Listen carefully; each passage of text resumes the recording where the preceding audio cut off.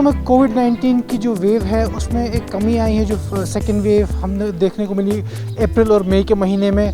लेकिन डॉक्टर्स का यही कहना है कि हमें कंप्लेसेंट नहीं होना चाहिए और जो कोविड-19 प्रोटोकॉल्स हैं, कोविड अप्रोप्रिएट बिहेवियर है, उसको अभी फॉलो करते रहना चाहिए।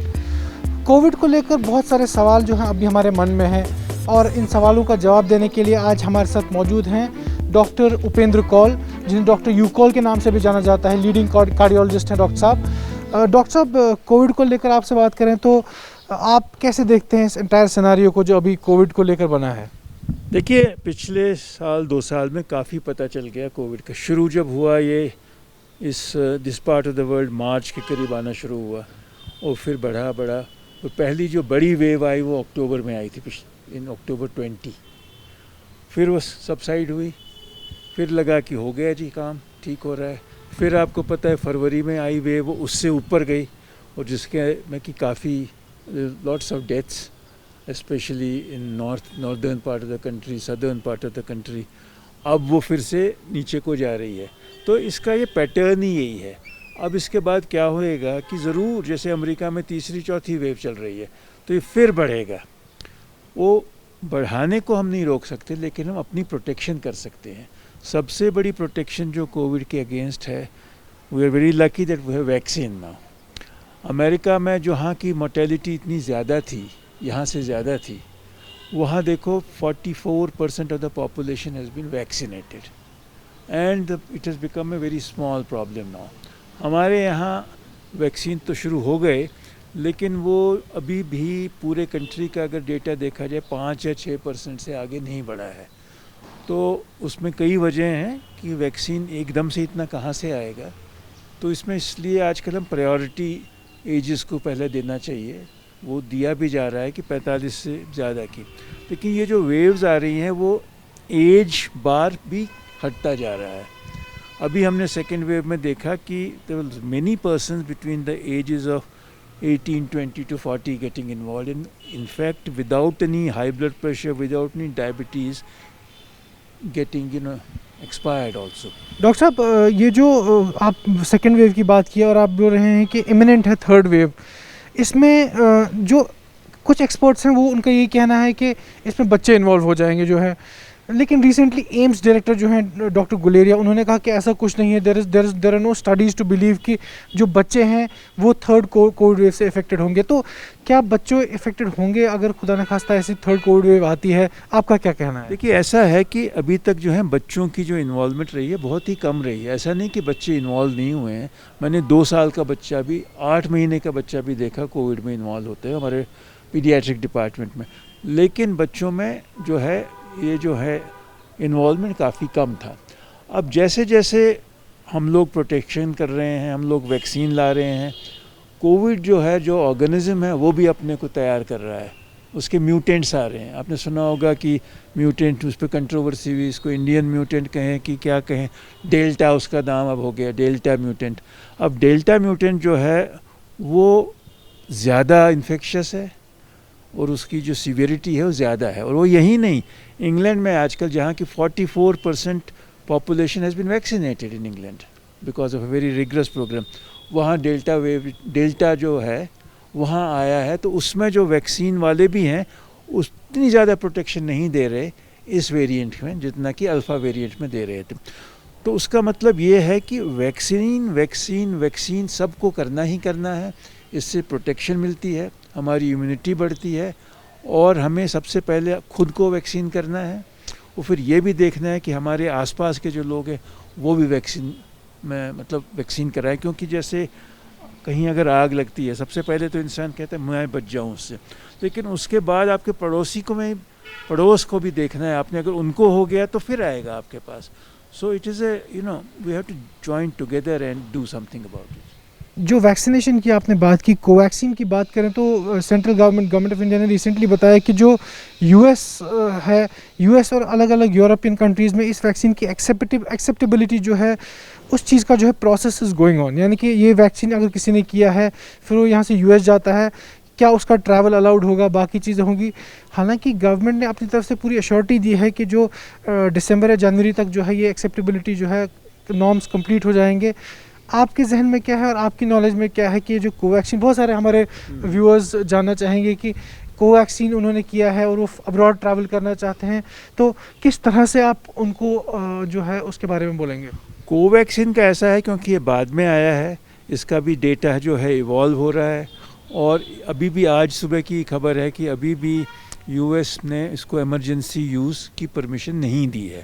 बिकॉज़ ये नहीं कि उनको कुछ और ख्यालात में, लेकिन डेटा उनको पूरा चाहिए इससे पहले कि वो उसको मान लें, और जब तक वो मानेंगे नहीं तब तक वो यूएस में, जब तक कोविशील्ड या उनका फाइज़र वैक्सीन या मडोना वैक्सीन वो ना हो, वो नहीं आने देंगे। क्योंकि जैसे मैंने बताया, पहले अपने को बचाना है। दे डोंट वांट कि किसी तरीके से फिर से आए। डॉक्टर साहब, कोविशील्ड की आपने बात की, तो कोविशील्ड की जो डोजेस हैं उसमें जो गैप होती है, यानी कि जिसने पहले कोविशील्ड किया उसकी कितनी देर बाद करना चाहिए, उसको लेकर काफ़ी कन्फ्यूजन रहा। वो कन्फ्यूजन ऐसा है कि देखा ये गया है कि नंबर 1 कि 2 डोज तो लगाने हैं। अब उसमें ये था कि पहले 28 दिन में कहा, फिर कहा कि 6 हफ्ते में, फिर कहा कि 12 हफ्ते में। इसमें कई सारे फैक्टर्स आते हैं। कुछ फैक्टर्स ऐसे होते हैं कि अवेलेबिलिटी, एक डोज लगाने से भी with in 30 to 40 days immunity बढ़ती है। अब अगर दूसरा डोज 28 दिन में लगाएं और वैक्सीन आपके पास लिमिटेड है, तो आप उस वैक्सीन को ज़्यादा लोगों में नहीं ले जा सकते। तो इसलिए देखा गया कि अगर 12 हफ्ते 16 हफ्ते में भी लगाएं तो भी इसका बेनिफिट रहता है। तो वो भी मद्देनज़र रखा जाता है कि हम वैक्सीन को ज़्यादा से ज़्यादा कितने लोगों को पहुँचाएं। अगर हम हर एक को कहें 28 दिन में लगाना है, तो फिर वैक्सीन तो उतना ही है ना। हालांकि अब हर वैक्सीन की जो प्रोडक्शन यूनिट्स हैं वो ज़्यादा बना रहे हैं, तरीका औरों को भी बताया कि और बनाओ। अब इंपोर्ट करना भी शुरू कर दिया है, हर जगह से आएगा। बिकॉज हमारी जो क्वांटिटी है, हमारी जो पॉपुलेशन है, वो जो 1.3 बिलियन पॉपुलेशन है, उनमें अगर आप 18 साल से आगे के देखो तो भी कितने वो हो जाते हैं, कोई 900 करोड़ से ज़्यादा हो जाते हैं। तो उनको वैक्सीन लगाना है, उसमें वैक्सीन चाहिए। तो अब इसलिए पहले वल्नरेबल ग्रुप्स को लगाओ। अब अगर आप वल्नरेबल ग्रुप को पूरा कर नहीं पा रहे और उसी की टीम में से आप उनको भी लगाओगे, उनको भी लगाओगे, वही प्रॉब्लम आई। स्टेट्स को कहा कि ऐसे करो, फिर वो वापस ले लिया। Basic problem is that amount of vaccine which we require, we don't have that ample amount, but hopefully over a period of 4 months 5 months this amount will increase, and US has also agreed today कि उन्होंने कर लिया vaccine, वो भी donate करने जा रहे हैं थर्ड वर्ल्ड कंट्रीज़ को और अदर कंट्रीज़ को 40 million units of vaccine. Doctor साहब, कोई और ऐसा पॉइंट, कोई ऐसी बात जो आप हमारे व्यूअर्स के साथ शेयर करना चाहते हैं? आप बहुत क्लोजली मॉनिटर करते हैं कोविड-19 को, you read a lot about it and you keep sharing about it, तो कोई ऐसी और बात? उसमें यही है कि कोविड जब हो जाता है उस पे सारे परहेज़ तो करने ही हैं। वो ट्रांसमिट ना हो दूसरे को, तो छुपाना नहीं चाहिए कि मुझे कोविड है, स्टिग्मा नहीं है। नंबर 2, जिनको कि शुगर की प्रॉब्लम है और ब्लड प्रेशर की प्रॉब्लम है, उनको बहुत केयरफुल हो जाना चाहिए क्योंकि कुछ मरीज़ों को स्टेरॉइड का यूज़ होता है और शुगर आउट ऑफ प्रोपोर्शन हो जाती है। तो बाकी चीज़ें पूरी अच्छे से देखनी है। अगर वो ब्लड थिनर्स पहले खा रहे थे, कुछ लोग ऐसा हैं कि हार्ट पेशेंट्स एस्पिरिन खा रहे थे और दवाइयाँ खा रहे थे, वो बंद कर देते हैं, और उससे क्या होता है कि ब्लड जो है कोविड में के पेशेंट का थिक हो जाता है। जिनको स्टेंट्स पड़ी हुई हैं ऑलरेडी, उसमें क्लॉटिंग का चांस हो जाता है। अभी मैंने 4 दिन पहले एक एंजियोप्लास्टी करी अच्छे खासे इंसान को जिसको कोविड हुआ था, और दवा ले रहा था वो, सडनली फॉर नो राइम और reason he came with a huge heart attack. और जब उसकी एंजियो करी तो जो स्टेंट लगी हुई थी वो बंद हो गई थी, उसमें इतना ज़्यादा क्लॉट था। तो बड़ी मुश्किल से उसको ठीक किया, ऊपर वाले की उसकी मर्ज़ी अच्छी थी तो ठीक हो गया। तो ये ख्याल में सबको रखना है कि इस जिनको ऑलरेडी हार्ट के प्रोसीजर हो चुके हैं, they have to be very careful, they must consult their doctor before modifying their treatments.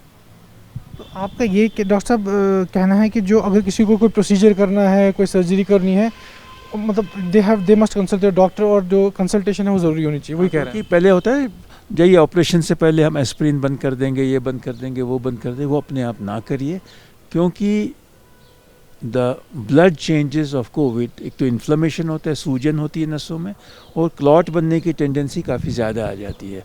तो कई बारी इन लोगों को ब्लड थिनर का यूज़ ज़्यादा करना पड़ता है, कम नहीं करना पड़ता, बंद बिल्कुल नहीं।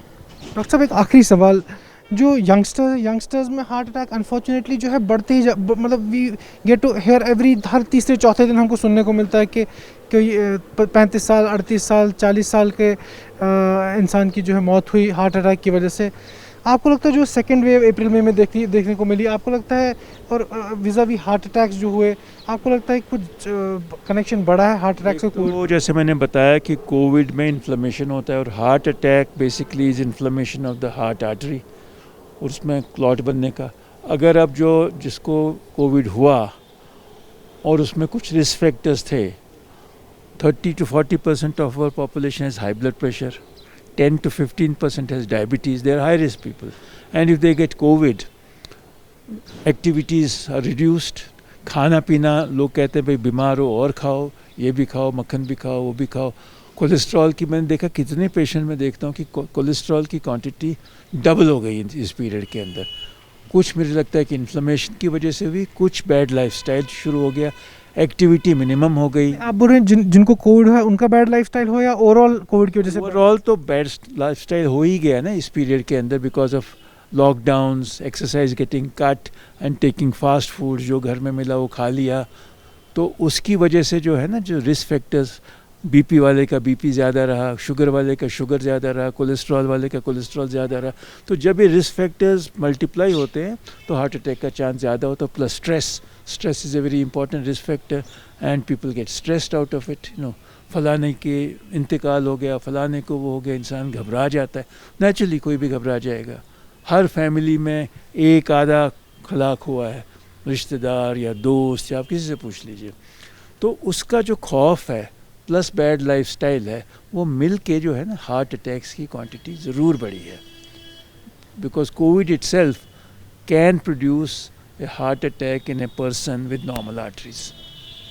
थैंक यू डॉक्टर साहब। ये थे डॉक्टर उपेंद्र कौल, जिन्होंने कहा कि किस तरह से कोविड और हार्ट अटैक्स का जो है कोरिलेशन है, और किस तरह से हार्ट अटैक्स बढ़े कोविड सेकेंड वेव में। डॉक्टर साहब ने ये भी कहा कि हेल्दी लाइफस्टाइल हमें अपनाना चाहिए। जो कोविड का जो प्रोलॉन्ग पीरियड रहा 1-1.5 साल से ज़्यादा का, उसमें हमारा लाइफस्टाइल काफ़ी बिगड़ गया, सेडेंट्री लाइफस्टाइल हो गया, खाने पीने की आदतें बिगड़ गई। ज़रूरी नहीं है कि जिन्हें कोविड हुआ, जिन्हें कोविड नहीं भी हुआ, लॉकडाउन की वजह से हम घरों में बैठे रहे, एक्सरसाइज नहीं हुई, तो डॉक्टर साहब का यही कहना है कि एक हेल्दी लाइफस्टाइल अपनाना चाहिए। साथ साथ जो है वैक्सीनेशन, आपको as soon as possible go for vaccination, and covid appropriate behaviour, mask, social distancing, hand washing, hand sanitising जो है, इसको बिल्कुल ना छोड़े। कैमरामैन खान मुदस्सिर के साथ Saqib Malik, GK Web TV।